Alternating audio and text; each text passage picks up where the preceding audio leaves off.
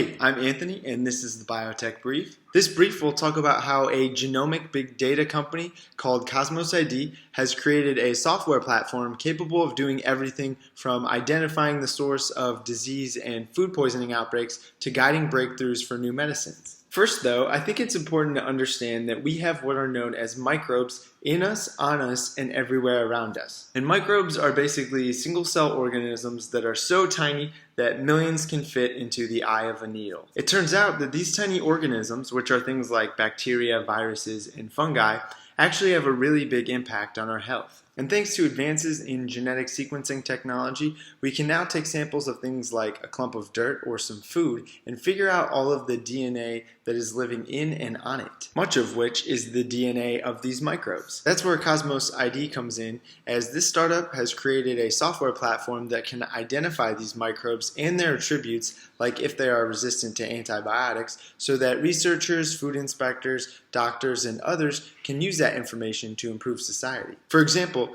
let's say a bunch of hospital patients are getting the same infection while at a certain hospital.